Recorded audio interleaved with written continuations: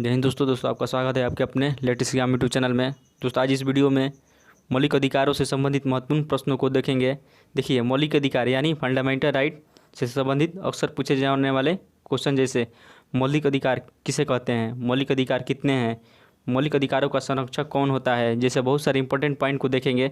और आप मौलिक अधिकार का PDF फाइल लेना चाहते हैं तो PDF फाइल का लिंक डिस्क्रिप्शन में डाल दिया गया है, वहाँ से आप डाउनलोड कर सकते हैं। चलिए वीडियो को शुरू करते हैं और फंडामेंटल राइट से रिलेटेड सभी इंपॉर्टेंट क्वेश्चन एंड पॉइंट को देखते हैं।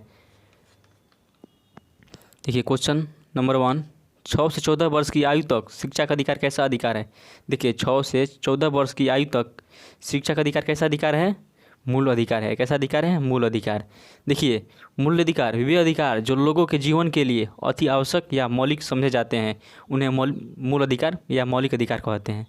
चलिए नेक्स्ट पॉइंट देखते हैं। नेक्स्ट क्वेश्चन, अनुच्छेद 24 में मौलिक अधिकारों में क्या वर्णित है। देखिए अनुच्छेद 24 में मौलिक अधिकारों में क्या वर्णित है, बच्चों के शोषण के विरुद्ध अधिकार, बच्चों के शोषण के विरुद्ध अधिकार वर्णित है। देखिए अनुच्छेद 24 में कहा गया है कि 14 वर्ष से अनुच्छेद 24 में कहा गया है 14 वर्ष में कम आयु वाले किसी भी बच्चों को कारखाने या खानों या अन्य किसी भी जोखिम भरे काम पर नियुक्त नहीं किया जा सकता। वास्तव में शोषण के विरुद्ध अधिकार का उद्देश्य एक वास्तविक लोकतंत्र की स्थापना करने के उद्देश्य से किया गया है। इसका उद्देश्य क्या है, सामाजिक लोकतंत्र की स्थापना करने के उद्देश्य से बच्चे के शोषण के विरुद्ध अधिकार अनुच्छेद 24 में मौलिक अधिकार रूप में वर्णित किया गया है, ध्यान रखिएगा। चलिए नेक्स्ट क्वेश्चन देखते हैं। क्वेश्चन नंबर 3, कारखानों अथवा खानों में काम करने के लिए कितनी उम्र निर्धारित की गई है। देखिए कारखानों या खानों में काम करने के लिए कितनी उम्र निर्धारित की गई है, 14 वर्ष निर्धारित की गई है, कम से कम 14 वर्ष की गई है। क्वेश्चन नंबर 4, किस याचिका, ये रीट होगा, यहाँ पर WRIT होगा। देखिए किस याचिका यानी रीट का शाब्दिक अर्थ होता है हम आदेश देते हैं। देखिए किस याचिका यानी रीट का शाब्दिक अर्थ होता है हम आदेश देते हैं, प्रमादेश का। देखिए प्रमादेश, देखिए प्रमादेश यह एक न्यायिक उपचार है जिसका अर्थ होता है हमारा आदेश, यानी हम आदेश देते हैं। यह एक समय कार्य करता है। देखिए यह उस समय कार्य करता है जब कोई पदाधिकारी अपने पद से जुड़े हुए कार्य में को नहीं करता है, तब प्रमादेश यानी रीट जारी करके उसको सभी कार्यों को करने का आदेश दिया जाता है और यही प्रमादेश रीट कहलाता है। चलिए नेक्स्ट पॉइंट, किस वाद में संसद को मौलिक अधिकारों में संशोधन का अधिकार दिया गया है। देखिए किस वाद में संसद को मौलिक अधिकारों में संशोधन का अधिकार दिया गया है, केशवानंद भारतीय वाद में दिया गया है, संशोधन मौलिक अधिकारों में संशोधन का अधिकार दिया गया है। चलिए नेक्स्ट क्वेश्चन देखते हैं। क्वेश्चन नंबर 6, किस स्थिति में बंदी प्रत्यक्षीकरण याचिका को जारी किया जाता है। कौन सी स्थिति में बंदी प्रत्यक्षीकरण याचिका जारी किया जाता है, दोषपूर्ण पुलिस नज़रबंदी की स्थिति में। देखिए बंदी प्रत्यक्षीकरण एक प्रकार का कानूनी आज्ञापत्र यानी रीट होता है जिसके द्वारा किसी गैर कानूनी कारणों से गिरफ्तार व्यक्ति को रिहाई मिल सकती है।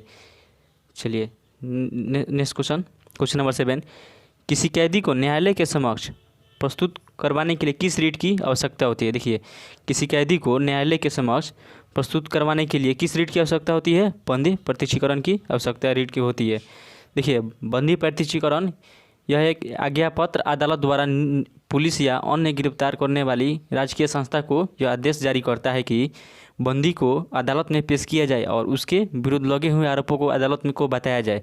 और यह आज्ञापत्र गिरफ्तार हुआ व्यक्ति स्वयं या उसका कोई सहयोगी जैसे कि उसका वकील न्यायालय से याचना करके उसे प्राप्त कर सकता है।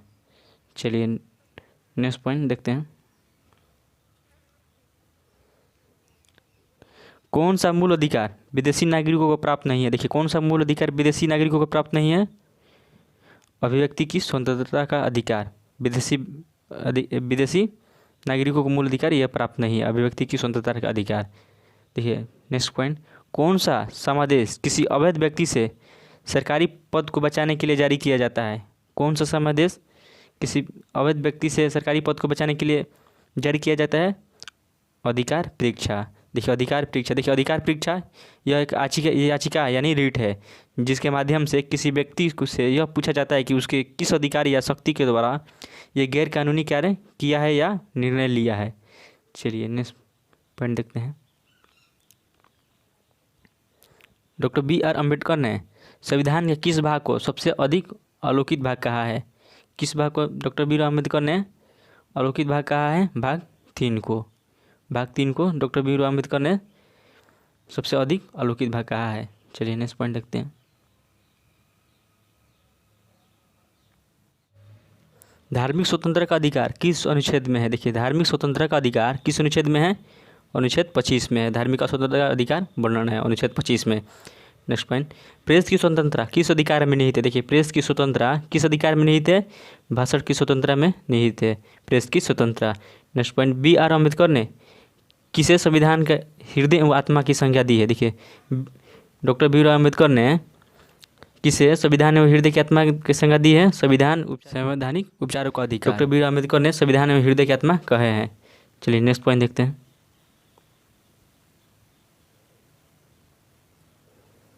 भारत के संविधान का कौन सा अनुच्छेद प्रेस की स्वतंत्रता से संबंधित है? देखिए भारत के संविधान का कौन सा अनुच्छेद प्रेस की स्वतंत्रता से संबंधित है? अनुच्छेद 19 संबंधित है प्रेस की स्वतंत्रता से।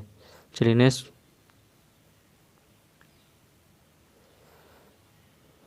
क्वेश्चन नंबर 15, भारतीय नागरिकों के मौलिक अधिकारों का वर्णन संविधान के किन अनुच्छेदों में है? देखिए भारतीय नागरिकों के मौलिक अधिकारों का वर्णन संविधान के किन अनुच्छेदों में है? अनुच्छेद 12 से 35 तक के बीच में मौलिक अधिकारों का वर्णन है। चलिए नेक्स्ट पॉइंट देखते हैं।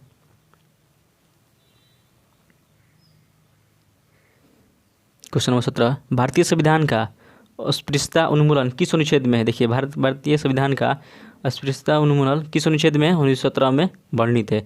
देखिए अनुच्छेद 17 में अस्पृश्यता का अंत यानी अस्पृश्यता के उन्मूलन के लिए इससे दंडनीय अपराध घोषित किया गया है अनुच्छेद 17 को। नेक्स्ट पॉइंट, मूल अधिकारों को सर्वप्रथम किस देश में मान्यता दी गई थी? देखिए मूल अधिकारों को सर्वप्रथम किस देश में मान्यता दी गई थी? संयुक्त राज्य अमेरिका में, यानी अमेरिका में दी गई थी सर्वप्रथम मूल अधिकारों को मान्यता। नेक्स्ट पॉइंट, मूल अधिकारों पर प्रतिबंध लगाने का अधिकार किसके पास होता है? देखिए मूल अधिकारों पर प्रतिबंध लगाने का अधिकार किसके पास होता है? संसद के पास होता है। चलिए नेक्स्ट देखते हैं।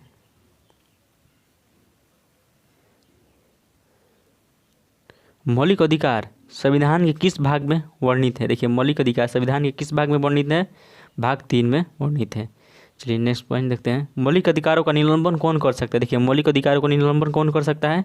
राष्ट्रपति कर सकते हैं। देखिए मौलिक अधिकारों का निलंबन जब देश में आपातकाल लागू हो जाता है तब राष्ट्रीय आपातकाल के दौरान मौलिक अधिकारों का निलंबन राष्ट्रपति के द्वारा होता है, ध्यान रखिएगा। चलिए नेक्स्ट देखते हैं। मौलिक अधिकारों का संरक्षक कौन होता है? देखिए मौलिक अधिकारों का संरक्षक कौन होता है? न्यायपालिका होती है। न्यायपालिका, ध्यान रखिएगा, मौलिक अधिकारों का संरक्षक होती है न्यायपालिका।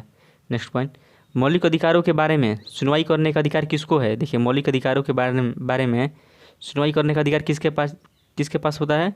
सर्वोच्च न्यायालय के पास होता है, सर्वोच्च न्यायालय। चलिए नेक्स्ट पॉइंट देखते हैं।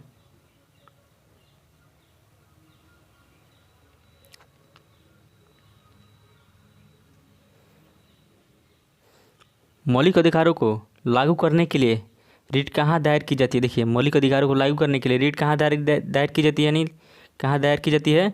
उच्चतम न्यायालय में दायर की जाती है, ध्यान रखिएगा। उच्चतम न्यायालय में मौलिक अधिकारों को लागू करने के लिए रिट दर्ज की जाती है। चलिए नेक्स्ट पॉइंट देखते हैं।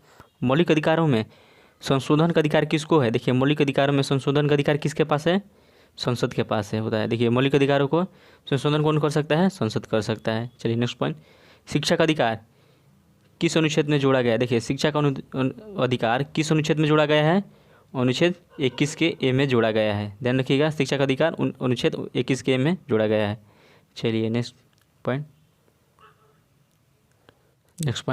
संपत्ति का अधिकार कैसा अधिकार है? देखिए संपत्ति का अधिकार कैसा अधिकार है? कानूनी अधिकार है। कैसा अधिकार है? कानूनी अधिकार। नेक्स्ट पॉइंट, संपत्ति के मौलिक अधिकार को किस संशोधन द्वारा समाप्त किया गया? देखिए संपत्ति के मौलिक अधिकार को किस संशोधन द्वारा समाप्त किया गया? 40वें संविधान संशोधन के द्वारा समाप्त किया गया।